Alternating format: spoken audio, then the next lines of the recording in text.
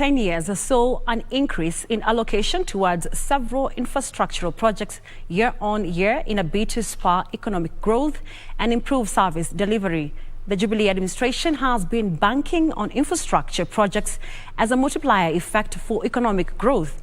Today, we track the projects, their capital injections and impact of the budgetary allocation towards them in the last 10 years.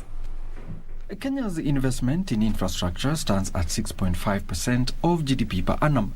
It is reported that the country's infrastructure quality was also at 53.6, with 0 being the worst and 100 being the best in the scale. Infrastructure, wengine wanasema munafanya mambo haya kwa nini?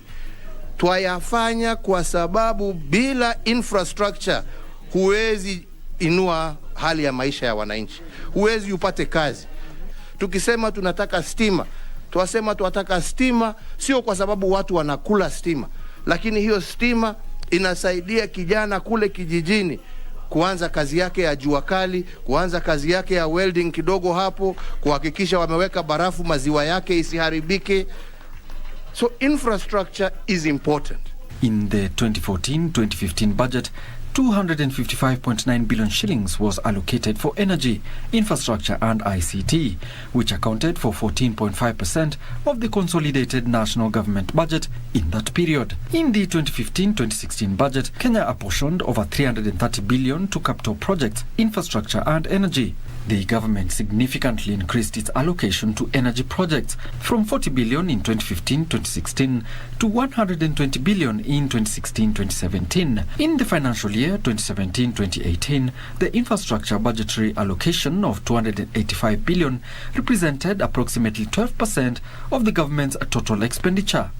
The 2017-2018 fiscal budget had also focused on attracting investments to special economic zones by providing tax incentives. In the financial year 2018-2019, the budgetary allocation for oil and gas was similar to the previous year. In the financial year 2019-2020, the budget was anchored on the government's focus on creating jobs. In the financial year 2019-2020 budget, Treasury allocated 18.8 billion to housing. The 2020-2021 budget statement was presented against a backdrop of an economy battling with the novel coronavirus, food security threats from locust invasions and floods ravaging the country. In the year, 172.4 billion was allocated towards roads and bridges. The budgetary allocation towards this infrastructure was, however, reduced by 4.7% from 180.9 billion shillings in the financial year 2019-2020. In the 2021-2022 budget, analysts say fiscal balance is the key to maintaining macroeconomic stability, inspiring growth and reducing the pace of growth of public debt. We need to think very seriously about what expenses will have to be cut. We are no longer discussing about what to do. We now must discuss what to cut. Experts say prudent financial management